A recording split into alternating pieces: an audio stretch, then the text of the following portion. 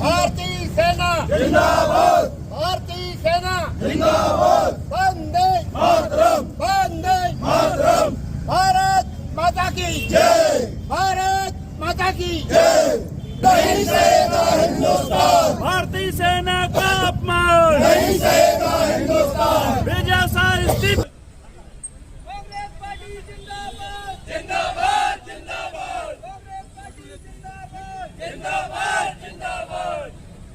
सेना के सम्मान में कांग्रेस मैदान में, सेना के सम्मान में कांग्रेस मैदान में, सेना के सम्मान में मैदान में, सेना के सम्मान में कांग्रेस मैदान में। देखिए, जैसा कि हम बार बार कहते हैं कि वर्तमान में जो देश की परिस्थिति है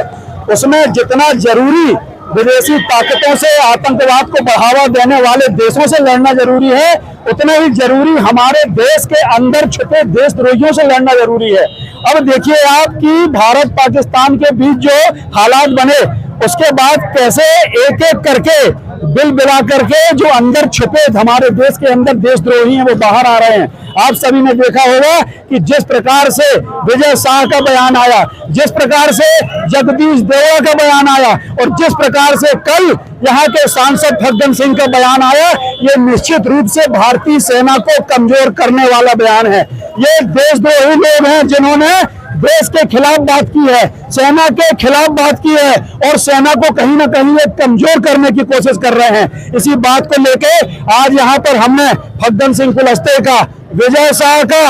और ये देवड़ा जी जो हैं उनका हमने पुतला जलाया है। साथ ही साथ जो पाकिस्तान को सहयोग करने वाले देश हैं, चाहे वो टर्की हो और चाहे अजरबैजान हो, इसका भी हमने पुतला जला करके सांकेतिक रूप से हमने विरोध प्रदर्शन किया है और ये हमारा विरोध लगातार चलता रहेगा। हम निश्चित रूप से इस बात की निंदा करते हैं कि भारतीय जनता पार्टी जैसा दो महासाप पूरी दुनिया में कहीं नहीं पाया जाता, जो एक और वाहवाही लेने के लिए तिरंगा यात्रा निकालते हैं और दूसरे तरफ जब उन्हीं के मंत्री, उन्हीं के सांसद भारतीय सेना को बुरा भला कहते हैं तो उनको निकालने की, उनको बर्खास्त करने की ताकत उनके अंदर में नहीं है। इसका मतलब है कि नड्डा जी, मोदी जी, शाह जी और मोहन यादव जी, ये सारे लोगों का इनको संरक्षण प्राप्त है, देवड़ा जी को, कुलस्ते जी को, और ये हमारे